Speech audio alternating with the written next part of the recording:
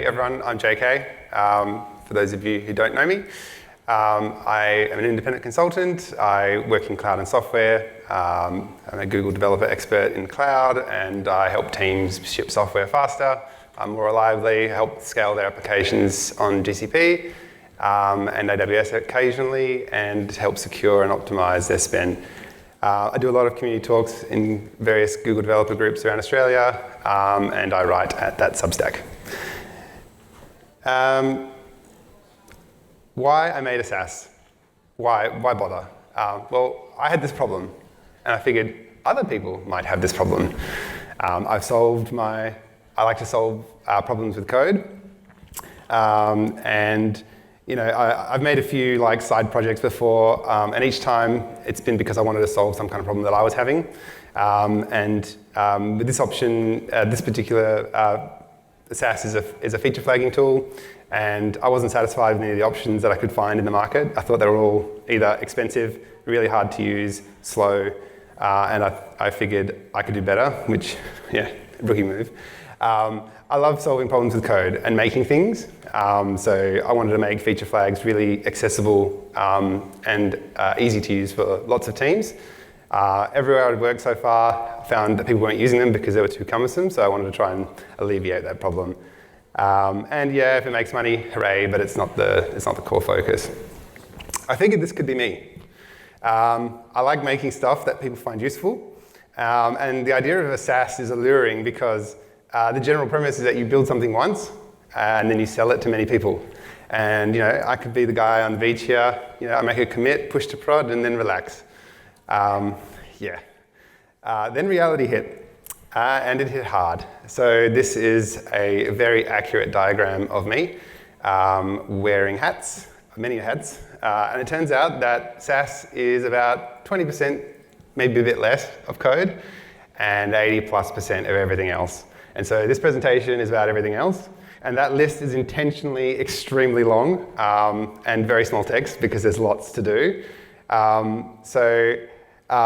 The amount of things that you need to do, which I found, which I didn't realize, when you start hacking away at a side project, which takes a life of its own, is just all these things. So there's things like payment integrations, creating a checkout. What is a checkout? And what does it look like from a programming perspective?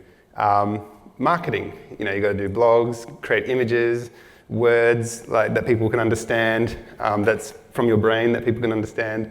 LinkedIn pages, trying to get people engaging, dog food in the product yourself. So in my case, I've got some SDKs which I published, so I use them myself just to make sure that the experience is good and that I'm expecting from them what they're supposed to do. There's SRE things like alarms and alerts and metrics and understanding how your application is performing. And then you've got your cloud appliances like your web application firewalls, your CDNs, automated checks, CI/CD, all that sort of stuff.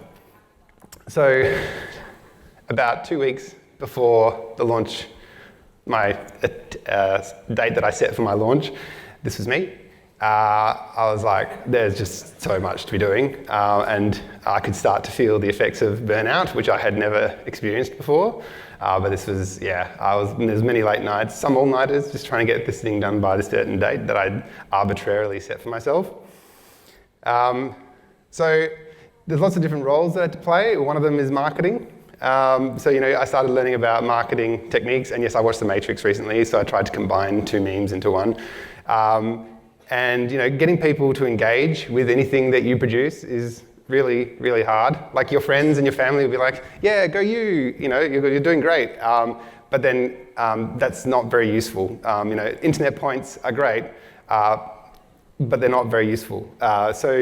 Getting some people to engage with LinkedIn posts. I started posting on Reddit a little bit just to see if people would think, because for some reason people do a search for something and then add the word Reddit at the end of the search to get feedback from other people about what other people are saying. So I found that was an interesting avenue. Trying to understand blog post SEO and what people choose to click on, what they engage with, your friends and family will engage. That doesn't cost anything for anyone.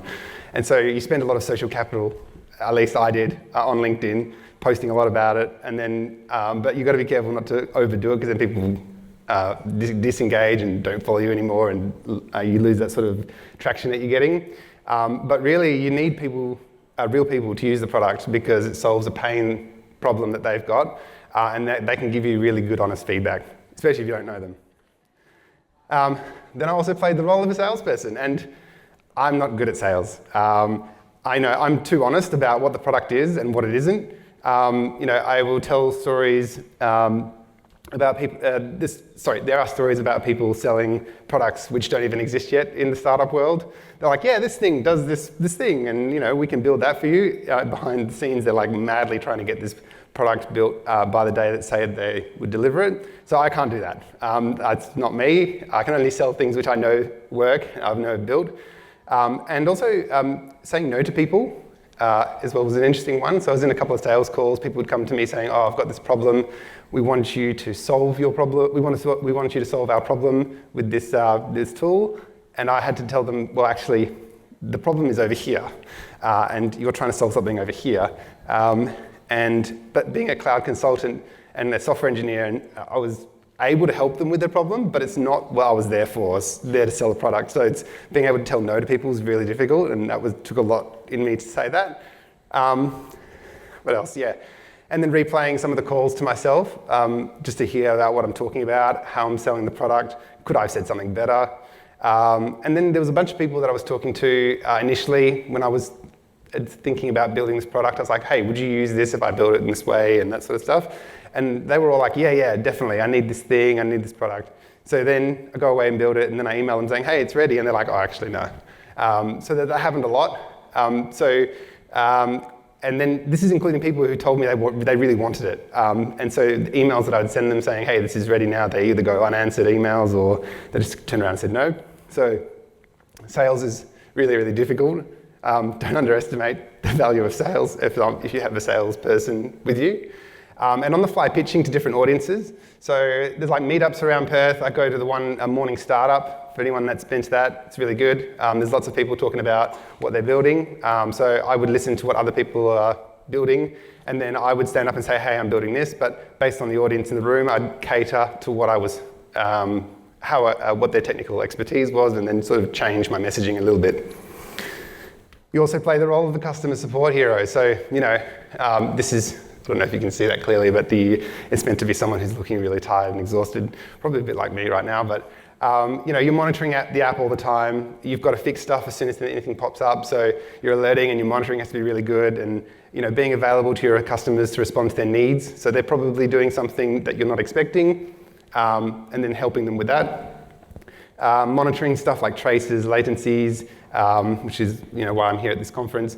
Monitoring performance, discovering edge cases, false alarms and that sort of stuff. If anyone's used, Aidan, I know you have, if anyone's used the cloud and pushed it to its limit, you will find edge cases and random stuff that just breaks for no reason.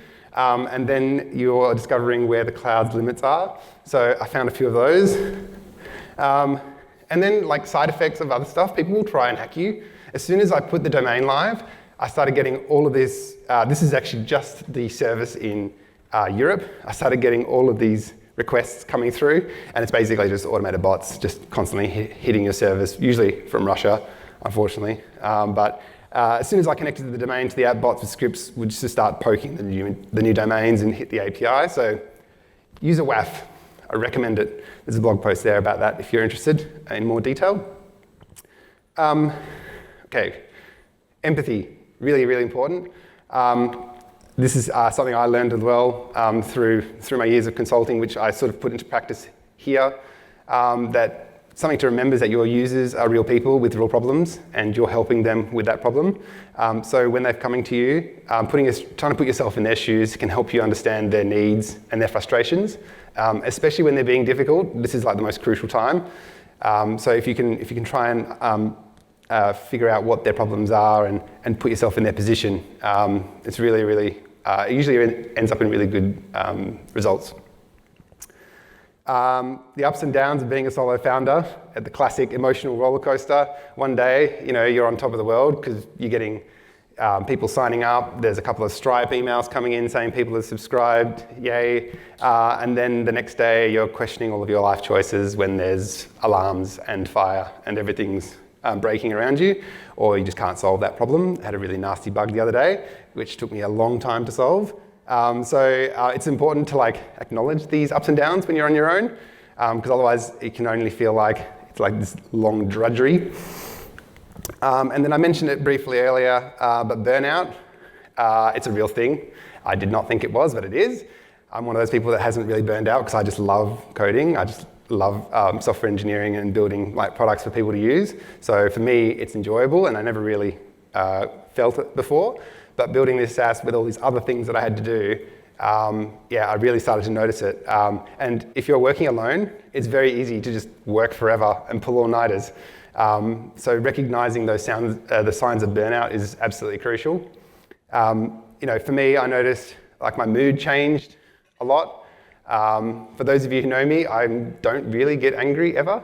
But I was starting to get a bit short-tempered, and one of the other things I noticed was that I was unable to clearly reason and think about problems which I previously wouldn't have had a problem with. So those sorts of signs I started to pick up on.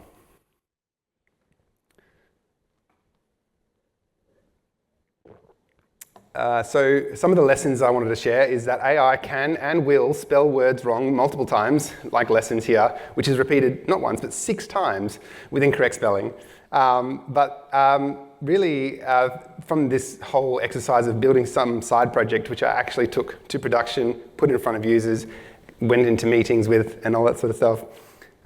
There's so much I picked up, from how to support users, how to build a checkout system and a payment integration, how to get interest from people around, getting emails, getting people to start clicking and engaging with it. But one of the things I would recommend, if anyone's thinking about this, is to get emails and interest as soon as possible in the process. If you decide that, I'm going to build this, get a landing page up and just collect emails, because you want to get that interest as soon as possible and get something out quickly to get that market validation. Basically start marketing almost instantly. And the other thing, build with a friend or someone that you know. Share the journey with them, because it will lighten your workload significantly, and crucially, you'll get the honest feedback that you absolutely need. This is bad, go back and fix it kind of thing. It's really worthwhile. I tried to explain, how my API was performing to my wife, and her eyes sort of just glazed over. I tried. Those are just a couple of lessons I picked up on there. And finally, another cliche, it's a marathon, not a sprint, unless it's the first couple of weeks, because you want to get something out as quickly as possible. But there will be setbacks. Things will break. Things will work. There'll be moments of incredible satisfaction when you start seeing lots of people signing up and using the application and getting that feedback from them about, what about if it could do this? Or what about if it could do that? There's people that are interested. For me, that was incredibly satisfying. Learn from those mistakes that you make and then celebrate the wins. And basically, just enjoy the ride as much as you can. And if anyone's interested about this product I've been talking about for the last 15 minutes, it's called Rocket Flag. It's free. Try it out. And all my socials are on that QR code there. So take a photo. And I'd be more than happy to take any questions if anyone has any.